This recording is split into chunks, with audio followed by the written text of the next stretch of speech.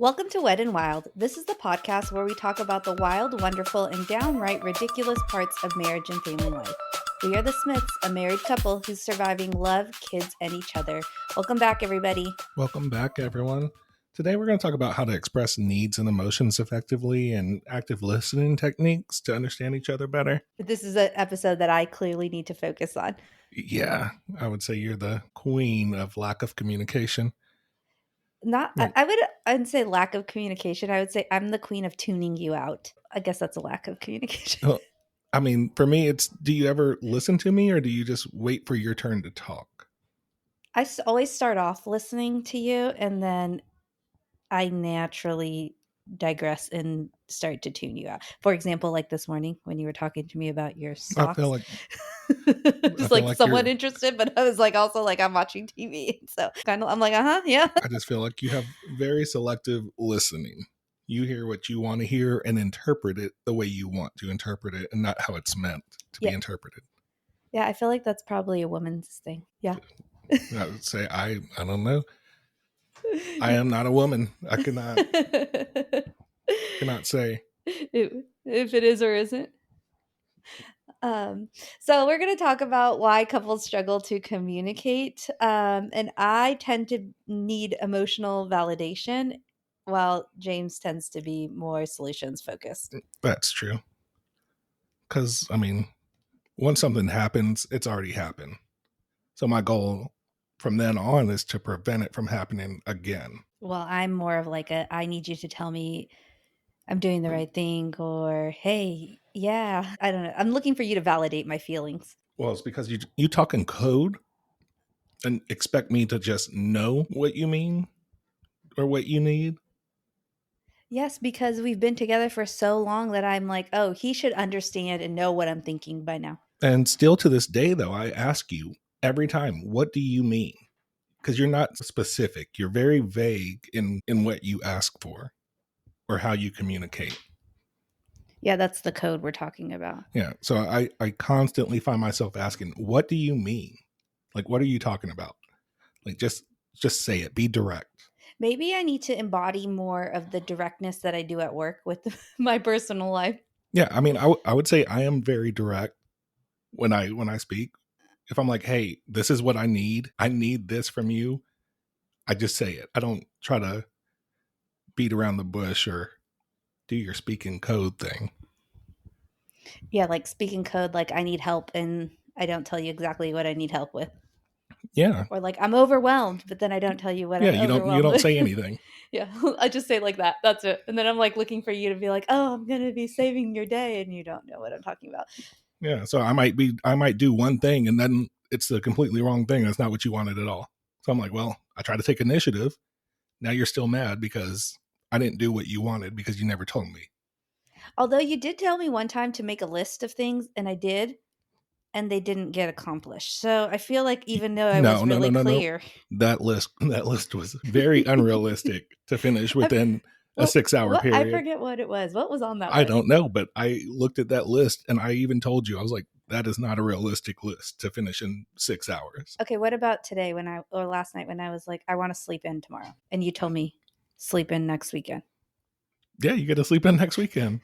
Yeah, but I was very communication. It was very clear. I didn't talk in code there. It doesn't like, oh my God, I'm so tired. Yeah. And then you still didn't do what I was asking you. I offered a compromise. I said next weekend. I feel like this is probably what most married couples experience. Like there's times where we're like, yep, we'll do exactly what you told us to do. And then there's times we're like, no. Yeah, you got to pick and choose your battles. Well, sometimes I want us to pick and choose battles that benefit me more. I feel like most of the time you want to pick battles that benefit you more. Oh, yeah, 100%. Yeah. It's called, making me happy. Happy wife, happy life. No. That's how the saying goes. Happy spouse, happy house. That's how the saying goes. That means both people involved need to be happy to have a happy house. I don't really hear that saying as often as I probably maybe should be, but I would agree with that. Yeah. Happy spouse, happy house. Can't have happy wife, happy life. That's only one happy person. Well, the most important happy person, which is me. I'm the one that's keeping the ship. How does that saying go? Ship afloat? No. I don't know. I don't know what the saying is, but I'm the one that's driving the ship. Does that make sense? In Probably not. your head. Yeah. Okay. Sorry. In your head. Well, so I feel like there's like some common pitfalls to communication that I want us to talk about. One, we've talked about us being me speaking in code. I'm Mhm. sure I'm not the only wife out there speaking in code. What's some of the others? Not listening, I'm guilty of that. interrupting, I feel talking. like I'm not as guilty of that, but I probably have. We've both probably been guilty of interrupting. I don't interrupt. Yes, you do. I just stopped to let you talk right now. But this is a different setting. We've had other recordings from this podcast where you have interrupted right over me. We have receipts. This is a banter. This is not a conversation. You do talk over me if I'm talking to get your point out, but I'm not even finished like talking, nor have I left a gap in conversation to where it's like, okay, that's an invite for you to come in. You know, some things aren't always perfect. I feel like I'm definitely. I know for a fact I am guilty as hell of not listening. Yeah. I start to tune. Well, I start to tune you out. You're guilty of the other pitfall too, which is assuming instead of asking. Yes, that's like the talking in code thing. Like Yeah. I'm assuming you're going to do what I need you to do, or assuming that I know the issue. Like Yes. without telling me, you're just assuming that I know exactly what is wrong. That is true. I do make that assumption. And I don't. Because I feel like you should be able to read my brain. Which but I can. Didn't we have this conversation with a friend of ours? Heather, we had this conversation where you were like me and I was telling Heather like, oh, he should know what I'm talking about. And yeah, she told you was that like, you were wrong. She was like, no, you need to. Yeah. He's not going to assume that or something like that. And I was like, yeah. That's a valid point. And you still took her advice and was like, yeah, I'm still going to do my own thing. I'm still going to keep doing it. Like, there's no way, unless you straight up say, hey, this is what's wrong. How am I supposed to know? I mean, you maybe read my mind. I think a part of why people make, and I'll speak for myself here, not people. Let me say that. But I feel like a part of why I assume that you are going to know what I am talking about is because I don't know. Never mind. I don't know how to answer. I don't have a reason why. Why I would assume I know what's wrong, or why you would assume I know what's wrong. Yeah. You just do it. Yeah, I don't know. I don't know why I would assume. You just walk around with attitude and heavy foot stomp around the house until I'm like, and then I'll say, hey, what's wrong? Nothing, I'm fine. Which is a whole nother conversation. But well, first of all, I don't have you foot stomp around the house. Except for today. This morning you were like, why are you dragging your feet? And I was like, I'm wearing slippers. What do you mean? I'm putting the laundry away. I'm not just dragging my feet around the house. I think sometimes too you read into too much that what I'm doing. I don't. And then I'm like, no, that wasn't what I do not. But if I notice something, I ask about it. Yeah, that's what you should do. But you should also assume, like, oh, what did I do that caused you to feel this? Or what did I not do? No, that's not a thing. Yeah, I think one of the other pitfalls that I feel like you do a lot is passive aggressiveness versus direct. I feel like I'm more direct than passive aggressive. I'm definitely both. You sure. Definitely are. Definitely both. Yeah, but I feel like sometimes you're more passive aggressive than anything. But in a lot of different scopes of life, not just in our personal marriage. I definitely own up to being passive aggressive, but I feel like depending on the situation, I feel like I'm more direct than passive aggressive. I feel like a lot of it for you stems from like this is nothing to do with our personal life. I don't feel like you do this to me, but I think when, at least from examples from other conversations that you have with people, it's like a lack of competency. So you become passive aggressive. Like when you feel like somebody should know something and they don't, you become passive aggressive. I just don't like ignorance. There you go. There you go. That's the right way to frame it. I feel like you shouldn't talk about it if you don't know about it. Yeah. That's it. Yeah. But I mean, I do feel like you're very passive aggressive. Yeah. Because you. Oh yeah, for sure. Yeah. You are very passive. You will not talk. Oh yeah. In all aspects of my life. Like people. If you're mad, you just stop talking. But you know what? At work, that's not how I am. I'm actually very direct. And so I feel like a part of why I feel like because in my one scope of my life, I have to be so direct versus then I come home and I'm like, I don't want to be direct at all. This is how I am all day long. and now I completely flip to the other side of the pendulum. Is that the right word? Pendulum swings. Well, I swing to the opposite side. Yeah, but then it swings back. Then it swings back the next day or next morning. Yeah, I mean, I feel like you're more passive aggressive than Oh, yeah. direct in the relationship, and I'm more direct than passive aggressive in our relationship. I'd agree. I'm also more passive aggressive But then outside of the relationship and like family situations and things like that. Oh, I am 100%. Yeah. Like outside of relationship, I'm very passive aggressive. Yeah. And I can be passive aggressive in the relationship too, but not as much as I am outside. Yeah, I would agree with that. And then the last common like pitfall is around silent treatment versus over communication. I'm 100% silent treatment. I was going to say, I swear if you say that you are over communication. Oh, no. I will not talk. I will not tell you how I'm feeling in my again, I'm going to state in my personal life, because this goes in all aspects, in our marriage, in relationships with family, in relationships with, I haven't really had that with friends, but like I will not communicate. Yeah, I was ready to call you out. Oh, no. I thought you were going to lie. No, I'm like a not communicator. Like, I'm an over communicator. Really? Yeah. I talk about everything to whoever. I don't keep secrets. If it's on my mind, I say it. I don't care. I don't care what people say. That is true. I don't know why I said really. Like, yeah, you'll go and tell people all kinds of stuff. I'll tell people my business, other people's business. Yeah. As long as, yeah. Well, I mean, I tell my business. I don't tell other people's business, but I definitely over communicate my business. It doesn't matter. But what do you think is worse?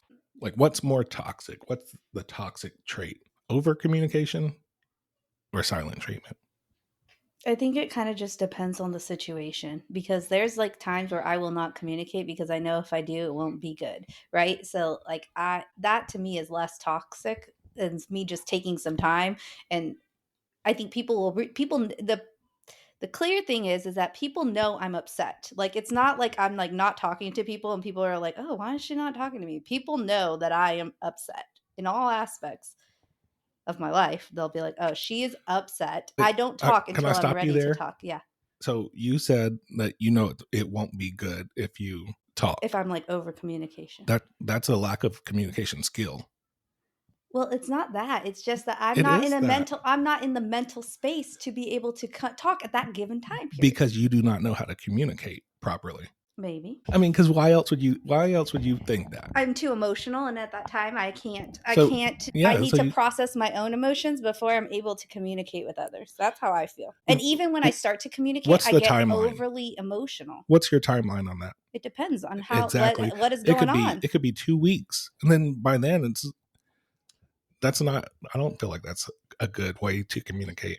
Well, because now you're holding on to something for 2 weeks. Well, sometimes I need those 2 weeks. And even then, when I go to communicate about how I'm feeling, I'm like an emotional mess. It's an emotional roller coaster. I'd rather talk about it right then in the moment. Like if time needs to be taken, a couple hours at most, not like a week or 2 weeks. Because then you're not even talking about it anymore. Now it's just move on with life.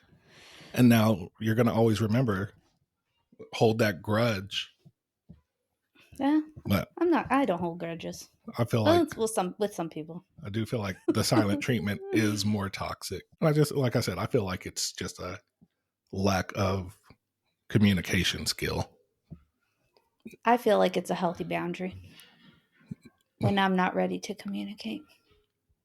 Well, I mean, what would you do to fix? Like, what's a strategy that you would use to fix anything? Well, one thing I've done, and it really actually helps, is I type out how I'm feeling and what I would want to say in my phone or like in my notes app, where I write it down or something.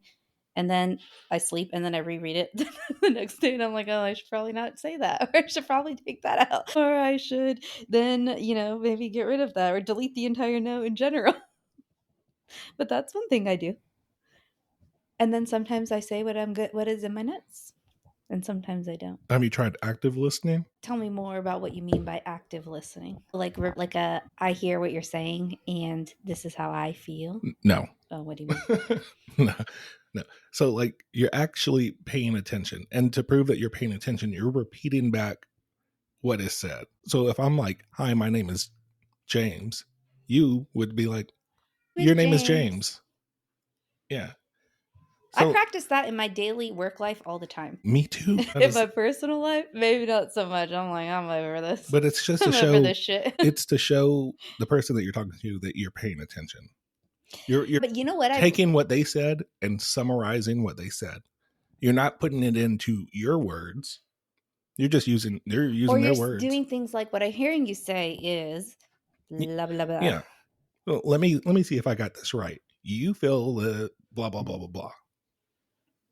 Basically, you're going to summarize what the person says to prove that you're paying attention. Like just 10 minutes before this, if I was to have you summarize anything I said, could you be able to do it? Yeah, let me give some context. No, I'm just saying, could you be able to do it? You don't have to say what we talked about. No. I just want to try. I won't give all the details of what we talked about. But yes, okay, I'm going to try. Let me try. I just want a yes or a no. For some context, we were talking about James's stock. I don't have, it's not stock. Okay, Bitcoin. No, shoot. Whatever. See, she doesn't pay attention. Crypto. We were talking about your crypto. I don't know what the appropriate term is here. I'm just learning this stuff. Okay. So here's let me just give you the synopsis and you can tell me yes or no. I won't go into detail specifically about what we were talking about. Okay. But because I gave you a solid amount of information. Yeah, you did. So let's see here. So what you were saying was that one, the crypto that you had invested in had gone up overnight. And not overnight, no. In the last couple of hours, maybe? No. What was it? Here comes your passive aggressiveness. Well, this is you're not listening. I thought you said it went out. But last time you checked, it was in like 30 minutes. Okay, 30 so he was like, last time. Okay, here's the correct terms of what you used. You said since the last time I've checked it, it's gone up. No. I wonder why. And then you said that basically that the president had signed some executive order creating. See, you're turning stuff into your own words. Creating something. I don't. that part, I started tuning out. I was like, I don't really care about what this has to say. Then we had another conversation. I was like, okay. So basically, you need to learn. Don't even ask me what type of crypto you invested in. You need to work on your active listening, is what I'm getting. Because we just talked about it like right 10 minutes before we hopped on this podcast. This was our conversation. I was also simultaneously watching 90 Day Fiance. So, what about when you talk to me while I'm doing stuff and I still pay attention to you? But here's the because you know why? Because my focus is on because my focus is on you rather than what I'm doing. That's a fucking lie. Can your TV show be paused? No, it's because it's because you are a fucking pro multitasker. That's what you do for a living. Even when I go to your work and sit in with you, and I'm like, golly. At one point I was like, oh, this is easy. I could do that. And then at one point I was like, absolutely fucking not. There's too much shit that goes down here. I don't even know how you process all this. There's too much information. But you're a professional multitasker. Well, you got to practice. Well, maybe I need a job that makes me have to multitask like yours. Or, hear me out, you could have just paused the show that you were watching. I think I did at multiple points because I was trying to understand what you were telling me. There were times where I was pausing, not for very long, because I was like, oh, we need to move on. So, yes, I would agree that I probably need to practice some active listening skills in my personal life. And maybe also not multitask while I'm trying to listen to a conversation. Also, avoid the silent treatment when you're mad. Okay, I could try, but there's no guarantee there. I need at least a little bit. I might need to tell you I need a couple hours. You don't need to over communicate, but some kind of communication that is not silent communication would be helpful. Okay, I'll try. And I'll use I statements. I feel blank. What do you mean? Because help. Those are your those are accusations. Yeah. Well, because at that point I'm too frustrated. I'm like, I need to just get this off my chest. So let me. Why is that? Is it because you don't communicate? Sometimes. You see how these things add up? That is true. You frustrate yourself because you do not communicate with your significant other about what is needed. I do frustrate myself sometimes. You just expect me to know or read your mind. Well, You sometimes. see, okay, here's an example. You see how I communicated with you about the cooking, cleaning thing? Oh yeah, like yeah. So we made a deal. I told Dominique Let's that. not say we made a deal. We're gonna practice something new. Well, you already failed last night. What do you mean? I cleaned the kitchen. We made a deal. We were practicing something new. James is gonna cook, and I'm gonna clean up. Okay, so tidy up the home is I- what he said. I cook anyways, but I made a vow, a commitment to cook dinner every night. Now, I'm not here every night, like Tuesday through Friday. I'm not here. So I told her I would make dinner before I leave. That way it's ready for her and the kids when she gets home. One less thing to worry about. Right? Yeah, and then you told me that I had to vow, since we're using the term vow, I had to vow to clean up the house. And I said, what exactly do you mean by clean up the house? See, you were speaking in code there. I didn't know, but I asked a clarifying question. And I clarified. I didn't just say, well, you should know. Figure it out. Right? Yeah. I was like, okay, I don't expect you to like mop and sweep and everything. I was like, just pick up. Just so everybody is aware, our house over the course of the week, like last Sunday, we cleaned. Last Sunday, we cleaned the house. By Monday night, our house looked like a tornado. Just with the amount of people that come in and out and shit that goes to school and comes home and backpacks and shoes and socks and jackets and I can't wait for the summer months so we can get rid of half the clothes that all these kids are wearing because it's a shit ton of stuff. Okay, but you get off topic. But then that's what needs to be cleaned up throughout the week is like organizing all that shit that comes in the house because we start off the week really good and then we like end up in a situation where we've got shit everywhere. I'm just saying because like when I come home at like 2 a.m, you don't want to step on toys? And yeah, because I'm not turning the lights on because everyone's sleeping. So here I'm tripping over shoes. I'm tripping over toys. Backpacks. Yeah, I'm stepping on everything. And I can't yell or anything because everyone's sleeping. So I'm just like internalizing my frustration. But I felt like that was a good communication. Like, hey, I will do this for you to help you out. Let's do that. And it takes one less task from you, which I'm able to do before I leave, if you can do this for me. Great. We're trying. That was my communication. But yesterday was a different scenario. The weekend's like a little bit different. Let's talk about the week. I did clean the kitchen and get everything like settled and organized, but the living room area was.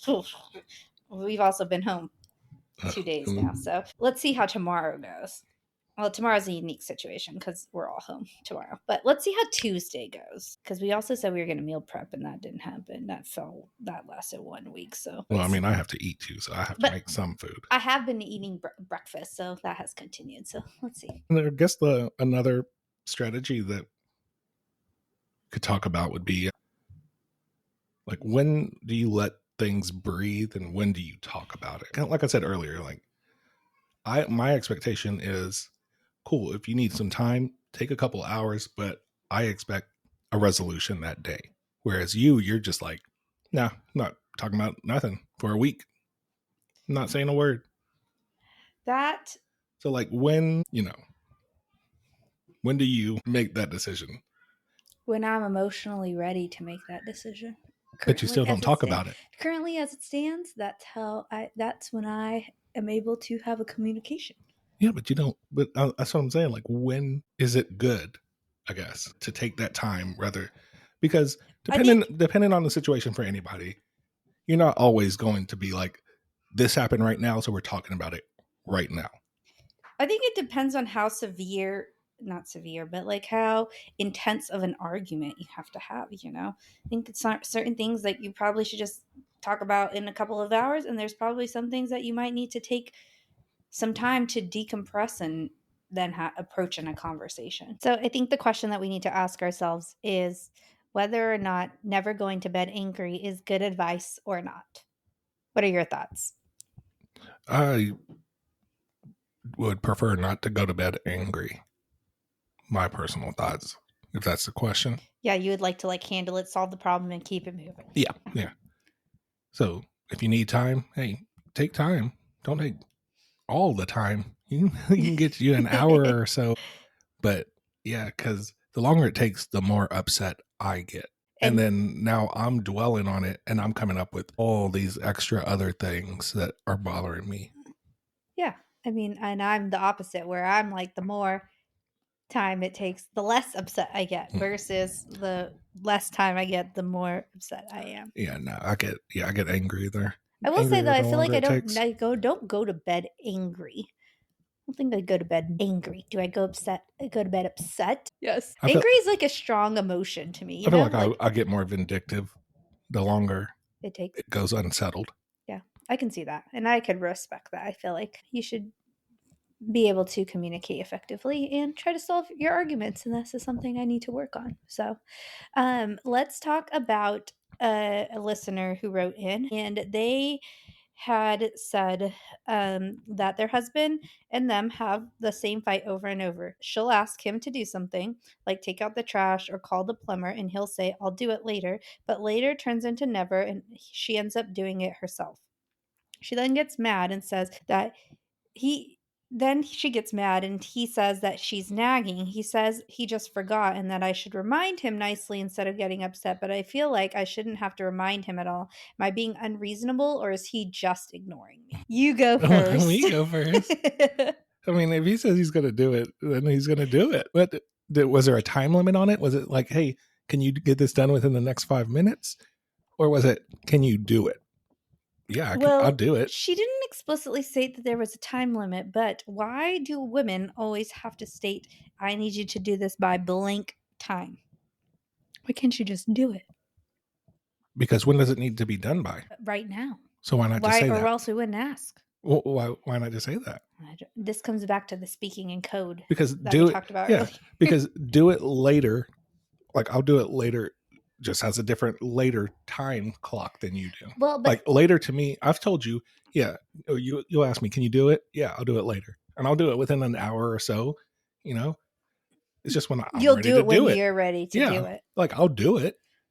Well, but she specifically said he never did it, and then he then said he forgot. Yeah, but here's the thing: did he never do it because you asked? Like, let's say it's take out the what? Was there a reason? It just said take out the trash or call the plumber. So let's use take out the trash. Dominique, you will say, James, can you take out the trash? Yeah, I'll do it in a little bit. Right? That's normally how that goes? Yeah. Okay. Now, let's say a little bit for you is 2 minutes. Right? 2 minutes pass and you're like, fine, I'll just do it myself. Now, is that what kind of later we're talking about? That he didn't do within a 2 minute time frame? Or was it like you told him to take out the trash and the next day it's still sitting there? Well, it kind of comes down to like the trash example. I think is unique because I'm only going to tell you to take out the trash when I know the trash needs to be taken out. So like in that given moment, I feel like if I say, hey, James, I need you to take out the trash, it's typically because I'm going to put stuff in the trash and I can no longer put it in the trash. Right. So that should be like an immediate, like, point, yes. At that point, I'll tell you, all right, just get it ready. Yeah. And then I take it out. That's it. Yes. Like if it needs to go out right now, cool. Just get it ready. What about like then she says or call the plumber or call blank something for the home. Do they need to give a timeline, or is she nagging? A timeline? Like why do we need a plumber? Like if you're telling me to call a plumber because the toilet is literally just nonstop flowing over and we're getting flooded, that's different. Or do you want me to call a plumber because I hear a weird noise? Everything works fine. I just hear a noise. So I think what I'm hearing you say is like a couple things that this person could do is one, be clear on when she needs her husband to do something. For example, can you please do this in the next hour? Look, these are just this is my thoughts. Yeah. Okay. Or if you tell me, hey, at some point today, can you do XYZ? I'm going to wait till the last minute, but I mean, I'm going to do it at some point today. Yeah. You'll get it done for the most part. Or you can just maybe gently remind them, I'm not good at this, but be like, hey, just a reminder, I need you to do blah, blah, blah. I could never do. Sounds good in theory, but I'd be like, get this shit done. Yeah. I mean, is that what this was about? He says he just forgot. Yeah. Which happens. Like, I forget. You ask me sometimes, hey, did you do? Oh, no, I forgot. Whoops. Like, my bad. Yeah. I think at the root of it, we go back to what we talked about I earlier. don't feel like you should get upset. You get upset, I feel like. I do get upset. I'm like, oh, you didn't do it in time frame. But then did I tell you a time frame? No. So Yeah, it's just your time frame in your head that you did not it goes communicate. back to our earlier conversation in this episode where we talked about that. Yeah. So, and being able to communicate and listen effectively. But do you feel like you shouldn't have to remind me at all? Like, you should say it one time and I should know because I should be getting it done when you say it. I think it depends on what it is. For stuff like the trash, yeah. Like I probably shouldn't even have to, I would argue I shouldn't have to tell you to take out the trash. You should look at the trash and be like, oh, it needs to be taken out. And most times you do that. Sometimes I have to prompt you. We also have older children that could do that, and they have no common sense to take out the trash. Or sometimes you'll tell me, take out the trash while you're standing at the trash. And I'm like, just get it ready and I'll take it out. Yeah. It's not that big of a deal. Yeah. So I think it just kind of depends on the situation, but I don't think you should get upset. I don't think he should get upset. Now she is a different story. I mean, I feel like you could just compromise as well, though. Yeah. Like I tell you, make me a list. And then sometimes you get that list accomplished, and sometimes you don't. You don't. Well, I'm just saying, then you can't say you forgot. You can't use that excuse, I forgot. That's true. Like, you write down a list and you're like, hey, can you do these things today? You can't be like, oh, I forgot. No, because it's written down. It wasn't just told verbally. I also feel like, I don't know. I feel like there's not a lot of things that have to get done in the day besides like basic or like some small household things. There's not a lot. If it's something really big, I don't mind reminding you, right? Like if it's like, I need you to take the kids blank, I'll always remind you and be like, hey, by the way, remember we got to take the kids to we have to be here or whatever. The smaller things, I can see how that can get like annoying, you know? I don't know. Like I said, I'll stand by the list because then it works for both. Like, hey, look, you're communicating what you need done. The other half is receiving it. You can't forget it. You can lose the list, but then that's on you because you could just be like, I lost the list. Can you send it to me again? If not, then that's a different situation. But yeah, at the root of it, I think it's just learning how to effectively communicate your needs. If I'm being forgetful all the time because you're verbally telling me, compromise, write it down. Yeah. I might, one thing we used to do, and I might go back to it, and I think you sent me a TikTok out about it recently where we did like the chore chart and like had the things that needed to get done, like task lists. Mm-hmm. And I was like, oh, I started the calendar again, but that's more for the girls so they can visually see what's happening. But maybe we can pick that back up again. I had gotten rid of it because it was cluttering my fridge. Yeah, so could do that. We could try it, see how it goes. We've been doing a good, by the way, just a quick pat on our back. We've been doing a good job of like doing unloading and loading the dishwasher. And I feel like that's been a good, without having to be told to do this week. So maybe some things eventually will become a habit if you remind your spouse. But in closing, I just want to list a challenge for the listeners, and let's try to actually listen to your spouse today. Like, really listen without fixing or interrupting or rolling your eyes. Just sit there and be there for your partner about whatever they want to talk about.